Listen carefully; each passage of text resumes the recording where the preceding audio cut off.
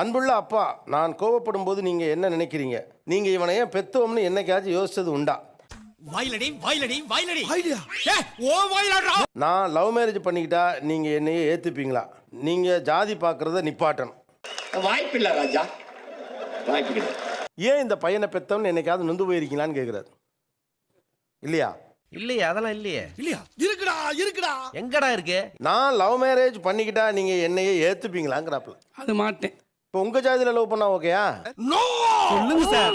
மடப்பட பேசிக்கிட்டு இருக்கும்போது மைக்க கொண்டாந்து வாய்க்குள்ள வரையடா. எந்த சாதியா இருந்தாலும் சரி சார், அவங்க அம்மாவோட நோக்கத்துல அவர் கட்டுப்படுவார். அது எனக்கு தெரியும். இப்ப எழுதுன சும்மா நான் உங்ககிட்ட விளையாட்டா பேசுற புறாடிக்கு நம்பிட்டீங்க. உண்மையா எழுதுனீங்களா இல்ல சும்மா டெஸ்ட் பண்றதுக்கு எழுதுனீங்களா? இல்ல இருக்கு சார், ஐடியா இருக்கு. வெளியே வா, மம்பட்டி எடுத்து நடுமண்டு பொறுக்கிறீங்க. ஐடியா இருக்கான். லைஃப்பை தொலைச்சிட்டியாடா. நானா இப்பெல்லாம் சொல்லாதண்ணா. உங்களுக்கு அண்ணன் இருக்காரு.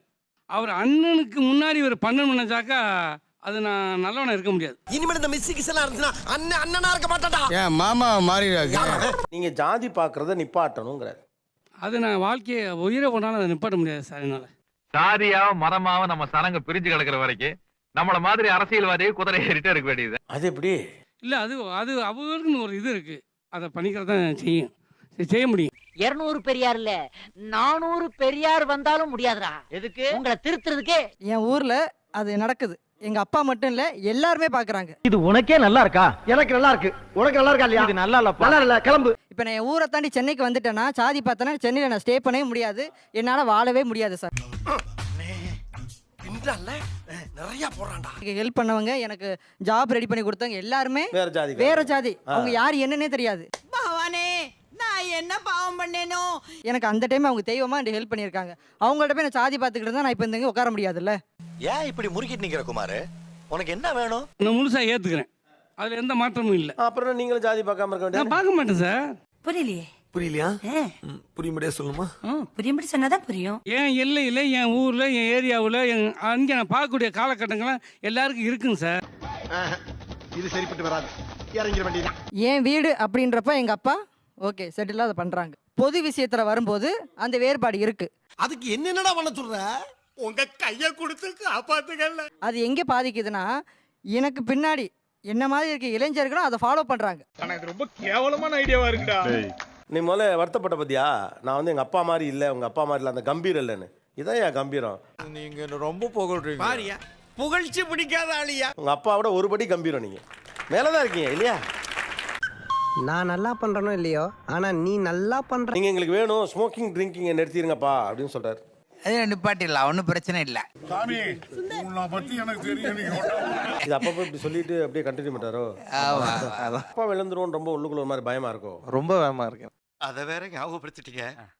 நெஞ்சமெல்லாம் பொண்ணு அறக்கு தம்பி. வரைக்கும் இந்த செகண்ட் வரைக்கும் அவர் நிஜமாவே என் பேக் போன் தான். அந்த அந்த எக்ஸிஸ்டன்ஸ் இல்லாமல் போச்சுன்னா ரொம்ப கஷ்டப்படுவேன். புரிஞ்சதா? இதை நீங்க ஸ்டாப் பண்ணிருங்கப்பா அப்படின்னு சொல்றாரு. நிப்பாட்டிடலாம் சார், ஒன்றும் பிரச்சனை இல்லை. குடியை கெடுக்கும், குடிப்பழக்கம் உடல் நடத்தை கெடுக்கும். இன்னைக்கு அவர் பர்த்டே 61. அப்படியா? ஹாப்பி பர்த்டே சார், வாழ்த்துக்கள் சார், வாழ்த்துக்கள். அப்படிங்களா? ரொம்ப சந்தோஷம். புறப்படலாங்களா? ஓகே, நீங்க இன்னைக்கு எதுவும் பார்ட்டிலாம் பண்ண முடியாது. நக்கல்யா அவனுக்கு. எவ்வளவு நாள் ஆனா சொல்லிட்டு இருக்கீங்க, ஒரு அப்படியே போயிட்டு இருக்குது. இது பல வருஷமா போயிட்டு இருக்கு. நம்ம கடைசி வரைக்கும் முயற்சி பண்ணிக்கிட்டே இருக்கும். அதுக்கு மேல நம்ம கற்பனை சாமி விட்ட வழி. பர்த்டே இன்னைக்கெல்லாம் அந்த சபதம்லாம் எடுப்போமே, எடுத்துருமே உடனே. வாங்க, வாங்கி கமிட்மெண்ட் வாங்கிடலாம். என்ன இப்படி ஆயிருச்சு? சார் நிப்பாட்டிடுறேன் சார். அவர்கிட்ட சொல்லுங்க, எனக்கு என்ன. ஃபுல்லா நிப்பாட்டிடணும். நம்பிக்கை தான் வாழ்க்கை, வாழ்க்கை தான் நம்பிக்கை. நம்பிக்கை தான் நம்பி விட்டுறேன் எல்லாத்தையும். நான் உங்களுக்கு நல்ல சன் பிராக்கெட்ல நான் சன்னா இருந்திருக்கிறேனா? யாரா அவன்? யாரா இருந்தா உனக்கு என்ன மூடிக்கிட்டு வேடிக்கை பாடுறா? நான் உங்களை வயசான ஏஜ்ல பார்த்துப்பேன்னு நம்பிக்கை இருக்கா? அது எங்க இருக்கு? நெக்ஸ்ட் லைஃப்ல நான் நல்ல பிளேஸுக்கு வருவேன்னு எப்பயாவது நினைச்சு பார்த்துருக்கீங்களா? அதான் இல்லைங்கிற. நான் எதுக்கு அதெல்லாம் கனவுல எதுக்கு பதிலுக்கு சொல்லணும்? இவன் எதுவுமே நினைக்கல போல் இருக்கு. அதனால ஃபுல்லாவே நீங்க நினைச்சீங்களானே கேட்டுட்டு இருக்கான். இந்த நக்கல் தானே வேணான்றது. நான் எங்க உங்களை நக்கல் பண்ணேன்? எங்கள் அம்மாட்ட சொல்லுவார், உன்னை அடிப்பாண்டி, என்னை கூட ஏதோ பார்த்தாலும் பார்த்துருவான், உன்னை கண்டிப்பாக அடிப்பான். அப்படியா? ஓ, அதுவே உங்களுக்கு தெரியாதா? மருமக வந்தனே நான் அவன் சேர்ந்து இதன்ற மாதிரி இருக்கும், அந்த மாதிரிலாம் சொல்லுவார். வாயில வசம் போச்சு தேக்க. ஏன் அப்படி பண்ணிட்டே இருக்கீங்க? இப்போ தங்கச்சிக்கு மேரேஜ் நடந்துச்சு. ஆக்சுவலாக இப்போ நடந்து 3 மாசம் ஆச்சு. நகை எடுக்க போகிறோம் அப்படின்னு சொல்கிறேன். இதுக்கு அவர் என்ன சொல்லியிருக்கணும்? சாரி, எனக்கு தெரியாது. எங்கே கம்மியாக இருக்குது பார்த்து எடுப்பா, நகை நல்லா இருக்கான்னு பார்த்து எடுப்பா அப்படி சொல்லணும். ஓ இஷ்டம், நீ எங்கேயா போய் எடுத்துக்க. நான் மட்டுமல்ல, நீங்கள் ஒவ்வொருவரும். சப்போஸ் இப்போ அப்பா கையிலேருந்து தான் காசு எடுத்து செலவு பண்ணுங்கிற நிலைமை இருந்துச்சுன்னு வச்சுங்களேன், என்ன பண்ணலான்னு கேட்பேன். அதை தான் கேட்கணும். கேட்டு இல்ல ஐயா யாரு நறுக்குன்னு ஒரு கேள்வியை கேட்டுப்புட்டு இல்ல. அதானே நியாயம். பயப்பிடிச்சிட்டான். எல்லாம் டெக்னாலஜி. இந்த உலகத்தில் காசு பணம் போனால் வெளியில் இருக்கவே என்னை விட்டுருவான். சமூக மரியாதை கூட எனக்கு குறைஞ்சிட வாய்ப்பு இருக்கு. அந்த கம்ப்ளைண்ட் தான் நம்ம சொல்கிறோம்.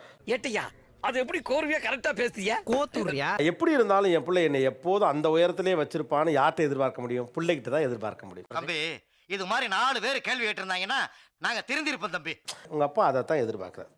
குபேரன் கேட்டுக்கிட்டீங்களா? கேட்டேன் சார். அன்புள்ள அப்பாவுக்கு ஏன் என்னிடம் தோழனாக பழகவில்லை? அது போல இருந்துட்டு சார் நான்.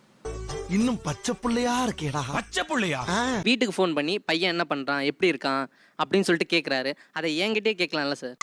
யார் அவன் இவ்ளோ டென்ஷன் ஆவறானே? உண்மையாவே அப்படி ஆசைப்பட்டீங்கன்னா நீங்கள் இனிஷியேட் பண்ணுங்க. ஏன்னா அவர் ஊர் மனுஷன், உங்களுக்கு தான் நல்லது கெட்டது தெரியும். சொல்லிட்டலடா. ஆமாப்பா, சொல்லிட்டலடா. எப்போது வில்லனாக தெரிந்தார், எப்போது புரிந்து கொள்ள ஆரம்பித்தீர்கள்? அப்பாவை எப்போது புரிந்து சொன்னா தீத்துற போறியா? என்னால முடிஞ்சதை செய்யறேன், சொல்லுங்க. அவர் ஒரு 5 லட்ச ரூபா 10 லட்ச ரூபா 8 லட்ச ரூபா கிட்ட வச்சிருந்தாரு. நான் ஒரு 5 லட்ச ரூபா பணம் கேட்டேன். சட்டுன்னு முடியாதுன்ட்டார்.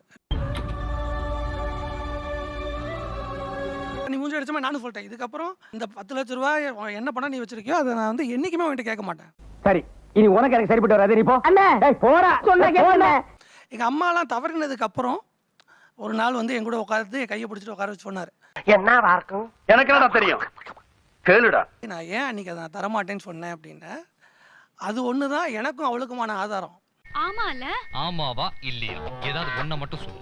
ஆமா மட்டும்தான். அங்க எனக்கு பொண்டாட்டியா பிள்ளையான்னு பார்க்கும்போது எனக்கு பொண்டாட்டி தான். அவளுக்கான நம்பிக்கை தான் அது. எப்படி மாமா இப்படி திறந்த புத்தகமா இருக்கீங்க? அந்த ஒரே காரணத்தினால தான் நான் கொடுக்க மாட்டேன்னு சொன்னேன். இன்னைக்கு அவ இல்ல, என்ன வேணா எடுத்துக்கோ நீ அப்படின்னாரு. என்ன நான் இருக்கேன்டா வளர்ந்து போயிட்டு. நான் வேணா கூட என் பிள்ளைகள்கிட்ட நிற்கிறேன், என் பொண்டாட்டி வந்து நிக்க கூடாது. அதுதான் காதல். புரியுதா? நான் பாத்துக்கிறேன் அதெல்லாம். புரிஞ்சது. அப்பாவும் அம்மாவும் பார்த்து வச்சப்போ பொண்ணு. நான் வந்து சொல்றேன், இல்லப்பா எனக்கு இப்ப கல்யாணம் வேணாம், எனக்கு வந்து இந்த பொண்ணு மேல எனக்கு இன்னும் அந்த அபிப்பிராயம் வரல. அது வந்து கரெக்டா ஒரு வருஷம் 2 வருஷத்துக்கு அப்புறமேட்டு எனக்கு வந்து எங்க அம்மாக்கு அப்புறமேட்டு என் ஒய்ஃப் தான். ஐயா என்னையா இப்படி ஆரம்பிச்சிட்டீங்க? என்னது? ஒண்ணு இல்ல. எங்க அம்மா என்னை எப்படி பாத்துக்கிட்டாங்களோ, எங்க அப்பா எப்படி பாத்துக்கிட்டாங்களோ, என் ஒய்ஃப் என்ன அப்படி பாத்துக்கிறா. இப்படிப்பட்ட ஒரு லைஃப் பார்ட்னர் எனக்கு கொடுத்துருக்காங்க. அதுக்கெல்லாம் ஒரு குடுப்பன வேணனே. ஆமாடா.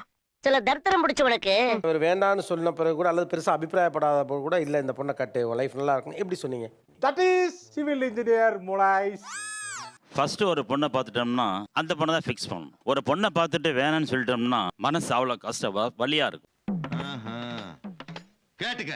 ஒருவேளை நீங்கள் அந்த பொண்ணை கட்டாம விட்டுருந்தா என்ன இருக்கும் கீர்த்தனா? ஐயோ. ஐயோ சொல்லி முடிக்கிறதுக்கு ஐயோ வந்துருச்சேன். மாப்ள வெக்கங்களா இருக்கட்டும். லைக் பண்ணுங்க, ஷேர் பண்ணுங்க, சப்ஸ்கிரைப் பண்ணுங்க. மறக்காம கீழே இருக்கிற பெல்ல ஒரு தட்டு தட்டுங்க.